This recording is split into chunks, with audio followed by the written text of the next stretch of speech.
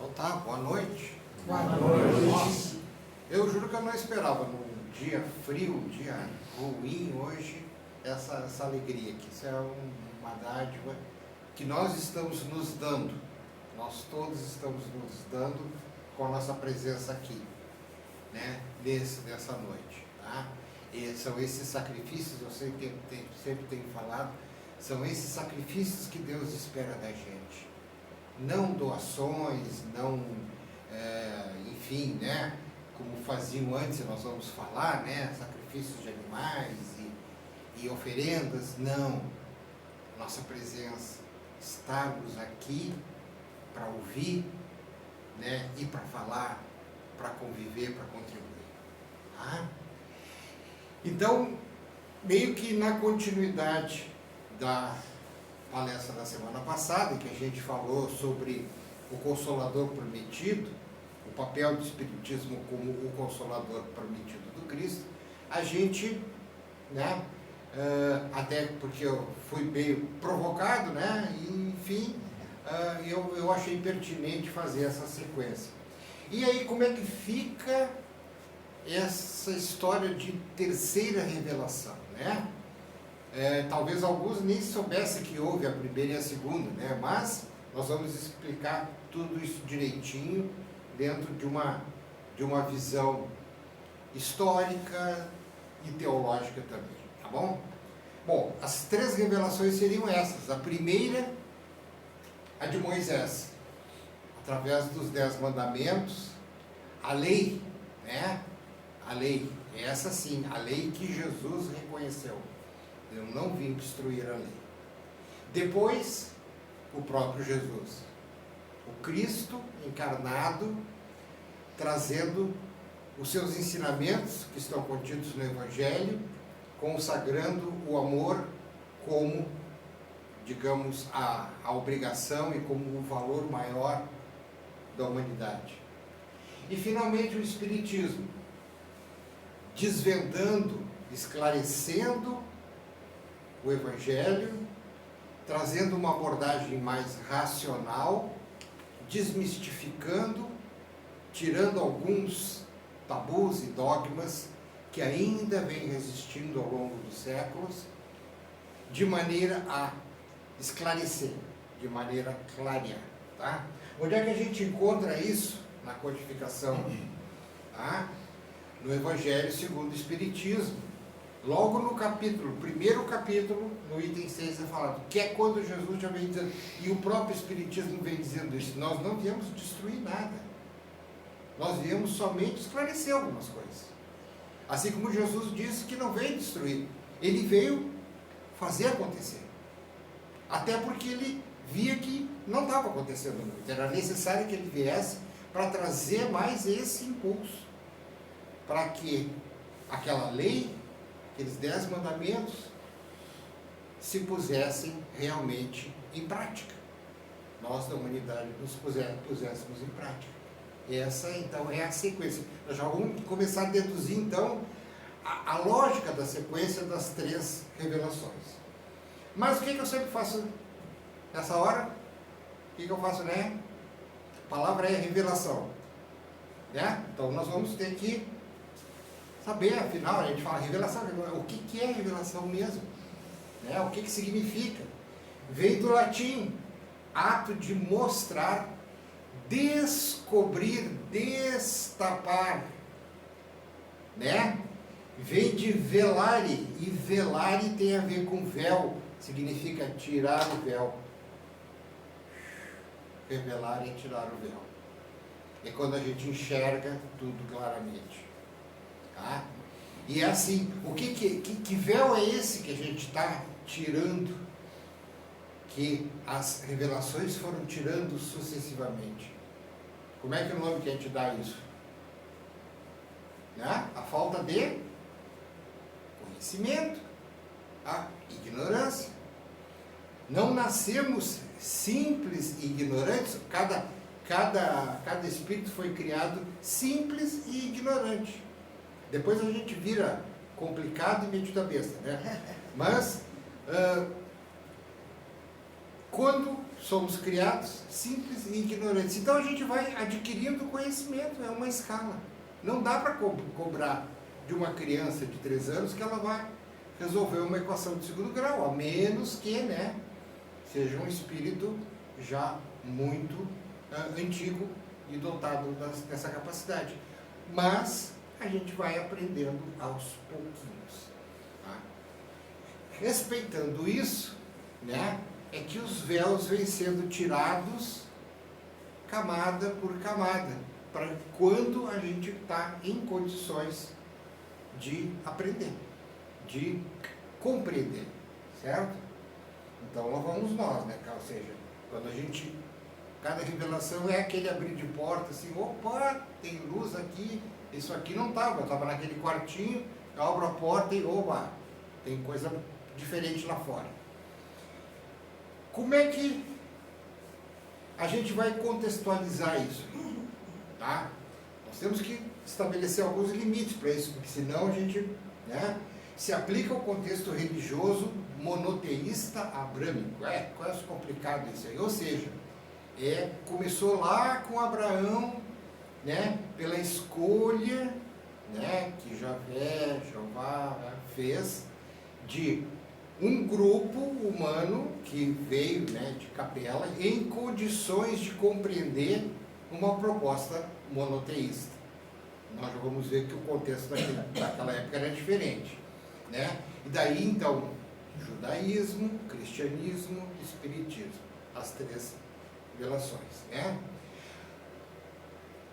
Eu tenho que contextualizar, só para vocês terem uma ideia, o islamismo clama ser ele a 3ª revelação. Tá?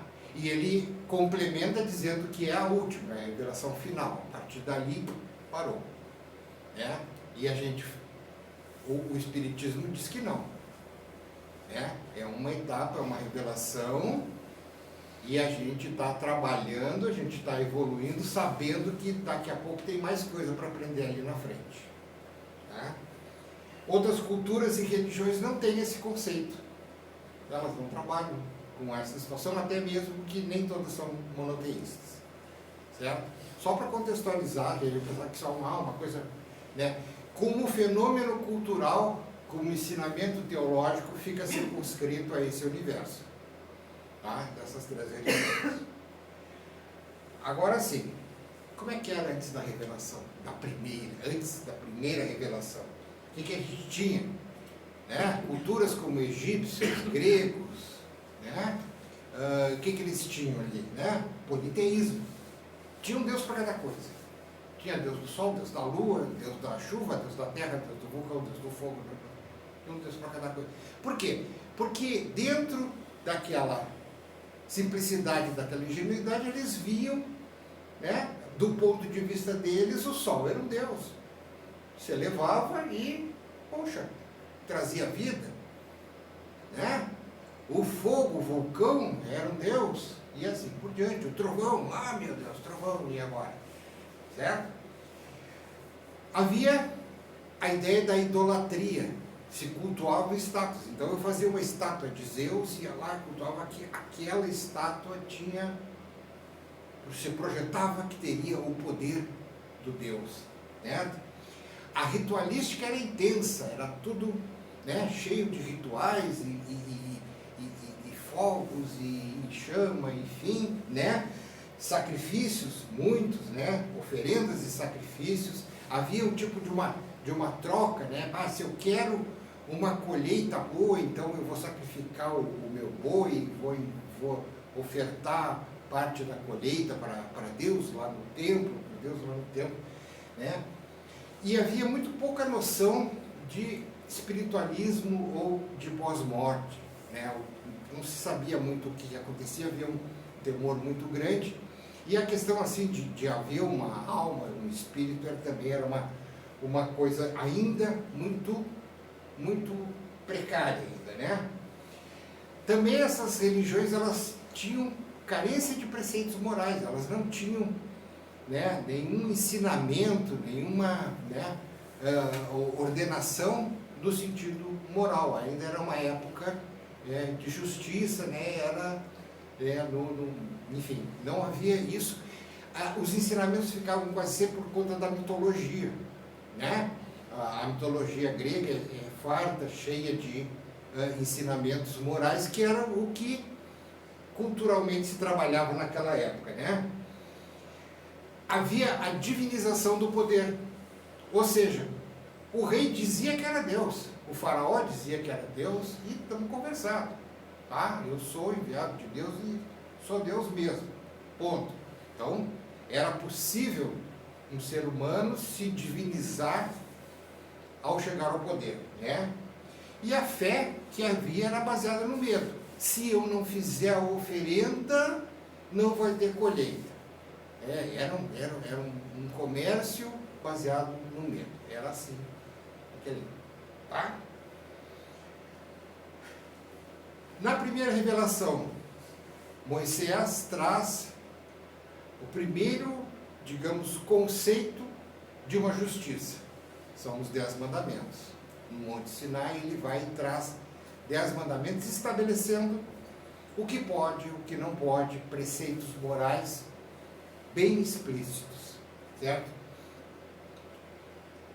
Verdade que Moisés também, depois na sequência, promulgou uma série de leis que virou a Torá. Uma série de requisitos, de regulamentos de funcionamento interno do povo judeu. Era necessário, porque era um povo que tinha saído da escravidão, ainda não tinha, né, consolidado a ideia do monoteísmo, então era necessário que houvessem regras muito rígidas. Então Moisés recorreu a esse recurso, dizendo que aquelas eram regras divinas. Ainda hoje, a religião judaica trabalha com esses conceitos. Mas, né, havia já, primeira vez, a ideia do monoteísmo, mas ainda não, o enoteísmo. Tá, lá vem o de novo inventando essas palavras.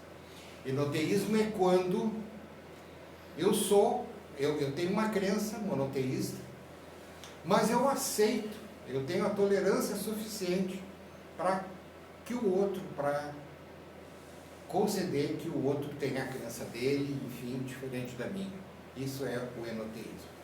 Lá ainda não havia, quer dizer, ou seja, ou tu é do meu Deus, ou tu é meu inimigo, meu adversário.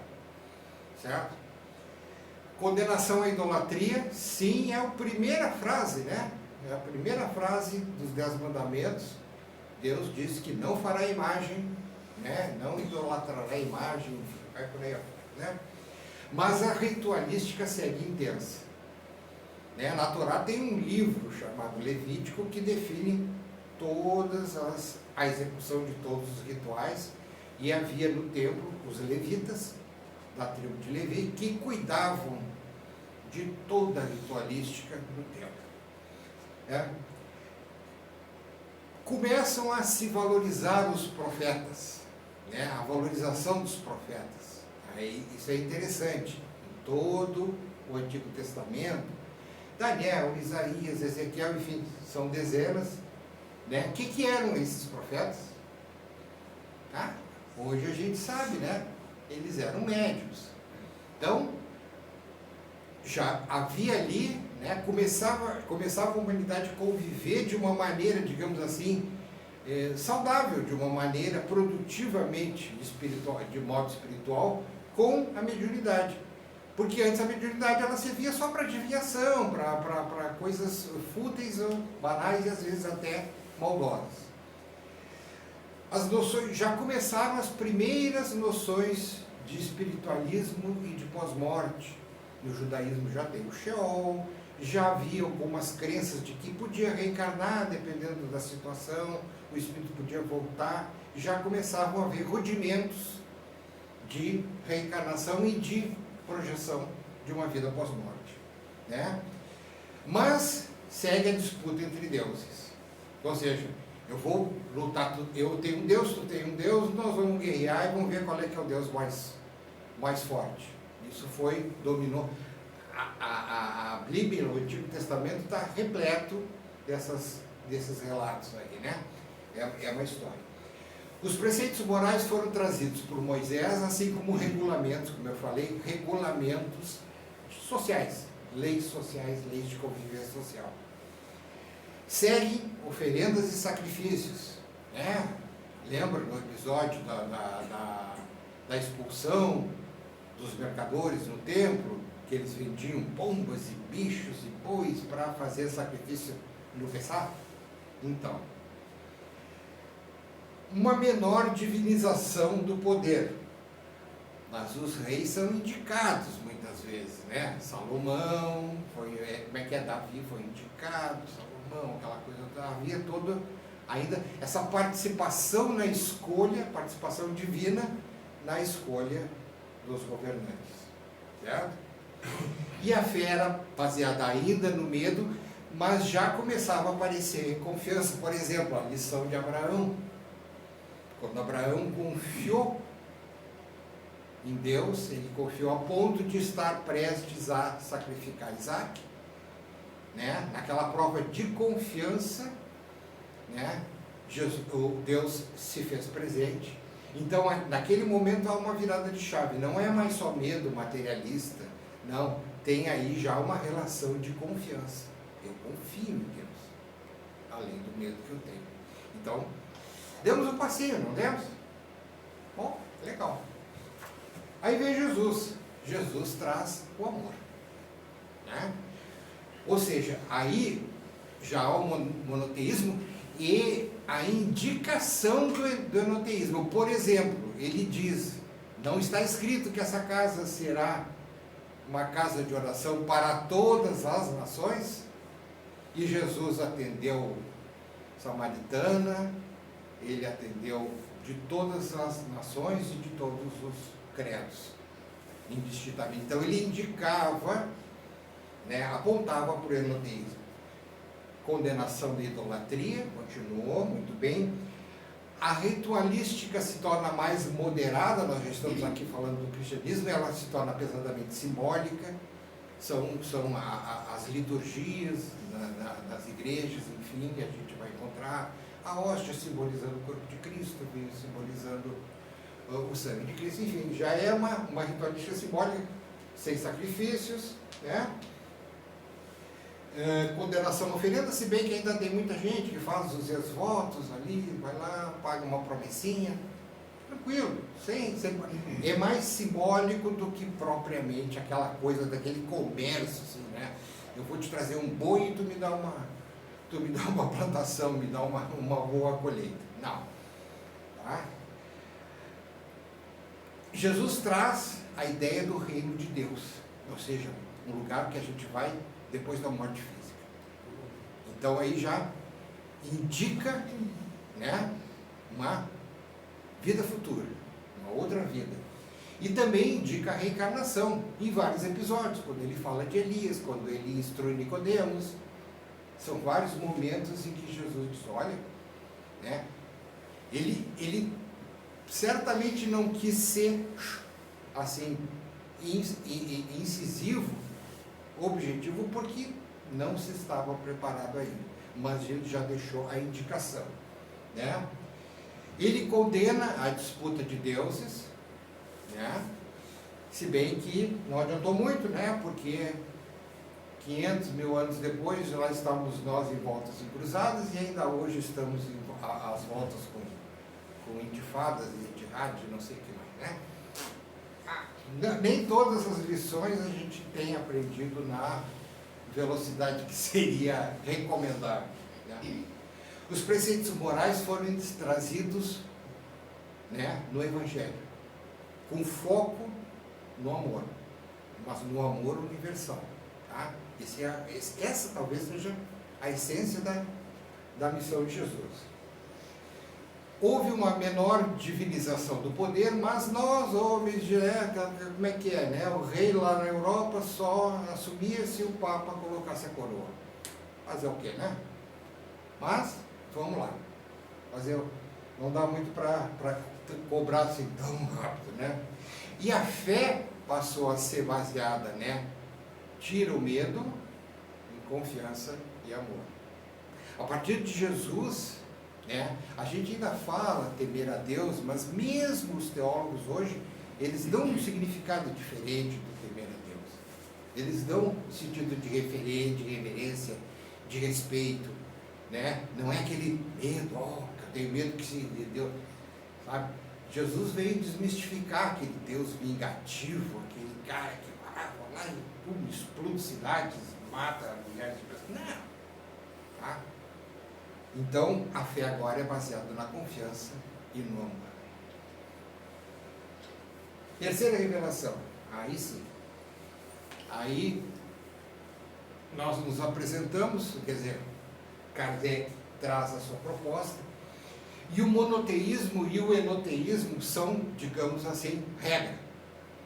É regra. Nós temos que respeitar. É regra nossa, nós temos que respeitar as outras religiões. Respeitamos a crença do outro. Temos a nossa e respeitamos a do outro. É uma regra nossa. Certo? Que a gente... E que como é bom cumprir essa regra, né? Quanta encrenca, quanta briga a gente evita, quanto blá blá blá, bate-boca, né?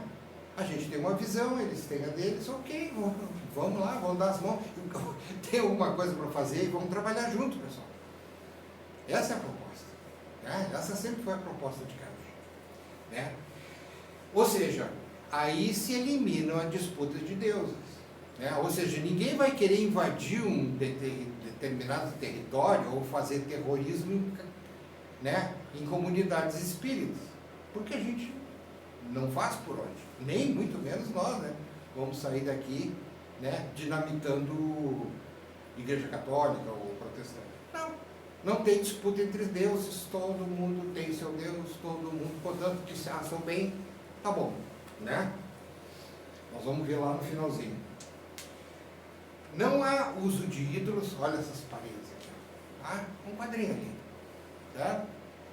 Então, né, imagens, enfim, a gente não recomenda, não é proibido, pessoal, como alguns querem. Já teve gente até dizendo que em casa espírita não se devia rezar o Pai Nosso. Ah, meu Deus do céu, porque é uma manifestação religiosa. Pelo amor de Deus, Kardec fez uma análise no Evangelho segundo o Espiritismo, fez uma análise, né, palavra a palavra da oração dominical. Então, calma, muita calma no escrever. O mediunismo entra como um pilar, um canal de instrução e um canal de consolo. Muita coisa, muitas funções daquilo que a gente viu semana passada, do Consolador prometido, são realizados nas casas espíritas pelos médiuns, pelos espíritos através dos médiuns. Tá? Então, aí está mais uma função do Consolador. A evolução espiritual, tá? A possibilidade de evoluirmos espiritualmente, e aí vem a chave, né, que fecha o quebra-cabeças. Me pergunta, mas como é que a gente pode evoluir espiritualmente? Sabemos que em uma encarnação é difícil, mas e se a gente tiver várias? Se a gente tiver sucessivas encarnações, aí pode, né? A periga está certo. Então, isso reconstitui, na humilde opinião, a bondade de Deus.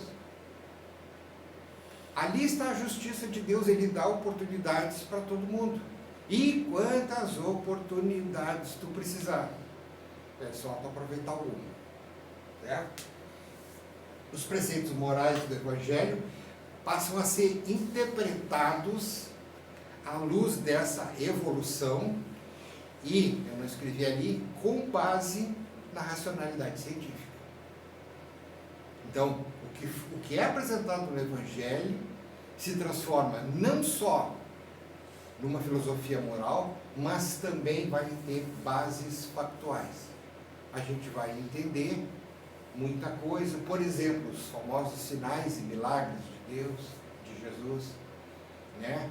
Quando ele expulsa demônios, né?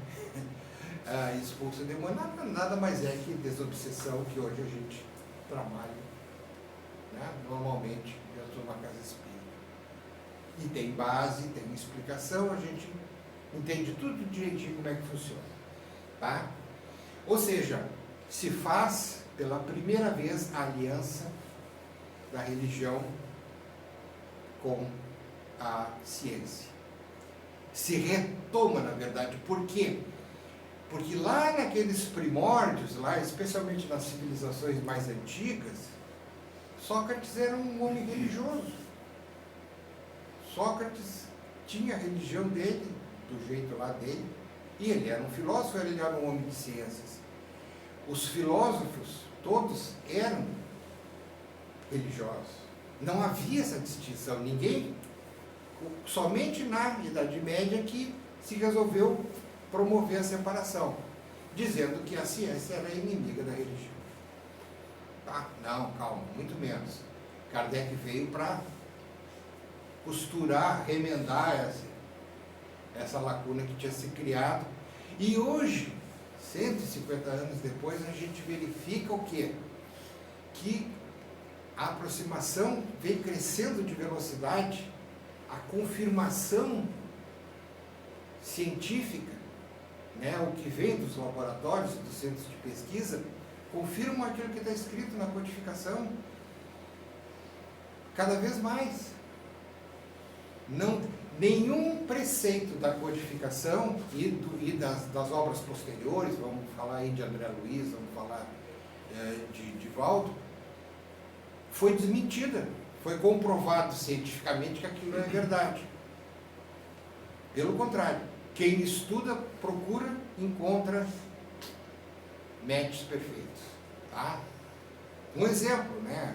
Já coloquei aqui, né, o Schrödinger, que fez que quando alguma coisa é observada, ela se modifica. O poder da consciência. A gente já fala há muito tempo isso, de que o pensamento influencia sobre a matéria. Beleza? Sabemos disso. É um todo. Não há divinização do poder, até porque nós, né? Nós somos ruins de poder, né? Nosso negócio não é conosco, né? A gente não elege deputado, né? A gente fica meio, né? Andamos meio à margem disso aí. Não tem bancada espírita, já pensou? A bancada espírita do Senado, uau! Seria interessante ver uma coisa assim, tá? Que a fé agora é baseada, sim, na confiança, sim, no amor, mas Kardec traz um terceiro elemento, que é a razão. Né? Se não, pode ter esses dois primeiros, mas se não tiver razão, né? E eu gosto muito desse trio, que às vezes a gente pensa assim, não, é só razão. Não, calminha. Calminha, tem que ter sim confiança e tem sim que ter amor. Senão vira somente, enfim, tu corre o risco, aí sim, tu corre o risco de ser até manipulado pela tua razão. Então, tem que ouvir aqui dentro também. Tem gente falando aqui dentro. Tá? Ou seja, fora da caridade, não há salvação. Já estou falando há 20 minutos, então tem que tomar água.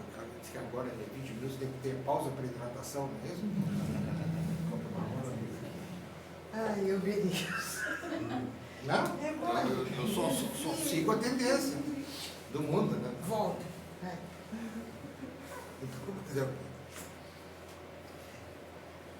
Bom, tentando já partir para o resumo. Apresentei as três, com as suas características, né?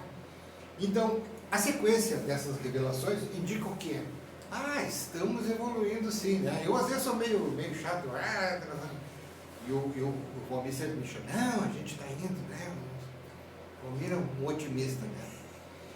Mas, então, é isso aí, sim, estamos evoluindo. Então, desde lá, daqueles templos em que queimavam e esfaqueavam bois, até aqui, um lugarzinho onde não tem nem quadrinho na parede, tá bom, né? Quem sabe quantos bois nós já não matamos lá naquele tempo, né? Fazemos lá, né? Para conseguir uma colheita. Pode ser, né?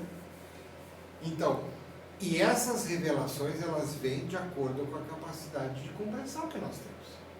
Não adianta querer atropelar, não adianta vir com coisas que não estão acessíveis à nossa capacidade mental e mesmo emocional naquele momento. Tá?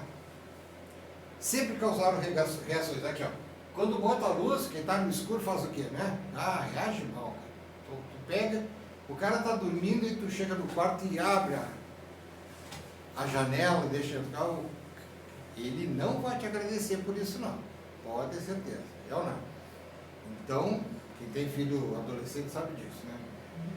Então, Moisés foi desacreditado, né? Do que se escaparam, né? Do que Moisés passou alguns dias no Sinai, os caras já fizeram bezerro de ouro, né? Não teve, foi rapidinho. Jesus foi crucificado, que é mais sinal de que então, a mensagem dele não foi bem recebida, né? E o Espiritismo é estigmatizado, ou seja, ninguém sabe muito bem, é uma coisa desconfortável, ninguém sabe muito bem como lidar com aquilo ali, né? Sabe? É por falta de conhecimento. Então, uma das nossas missões é esclarecer, né? É tirar esse estigma, explicar o que a gente realmente faz e o que nós pretendemos. Pessoal, não é um privilégio, é muito antes uma missão, tá? A gente fica pensando, mas eu sou o Consolador prometido e a terceira revelação, eu sou a última bolachinha do pacote, né? A última bolachinha é aquela que está sempre amassada, toda quebrada, né? Então, menos. Moisés traz a justiça divina pelos 10 mandamentos. Jesus traz o amor e a moral do Evangelho. O Consolador prometido esclarece com base na ciência e racionalidade. Por quê? Porque agora já temos condições racionais de compreender tudo aquilo que foi dito atrás. O Espiritismo não adiciona nenhum ensinamento ao Evangelho do Cristo. Não adiciona nem retira. Simplesmente esclarece, traz para a compreensão de uma maneira mais fácil. Tá? E olha só o que Kardec fala aqui, eu adorei essa frase.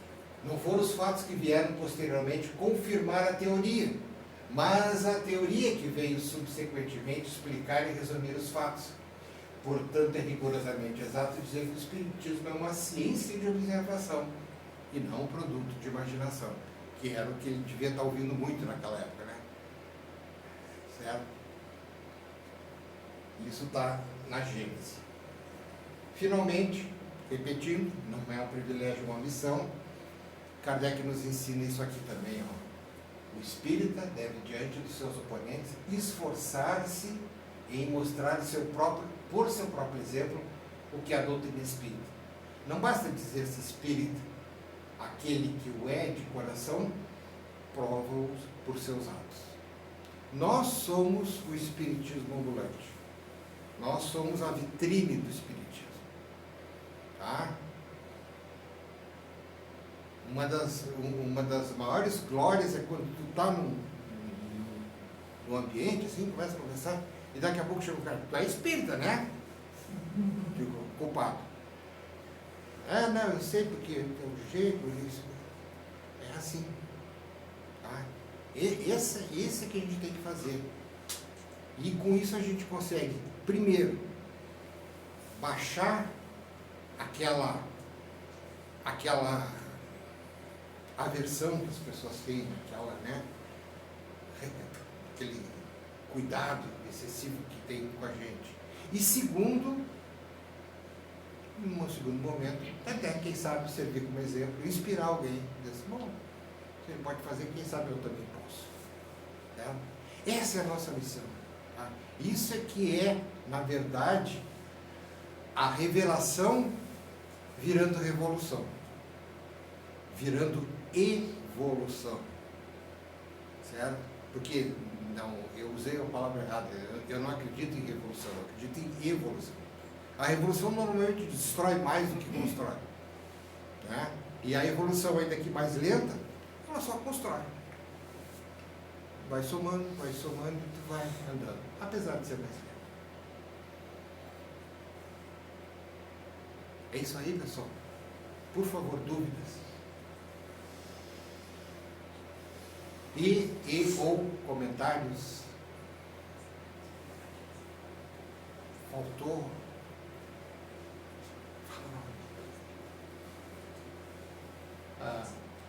Então tá, pessoal. A gente só agradece. Muita alegria vocês estarem aqui.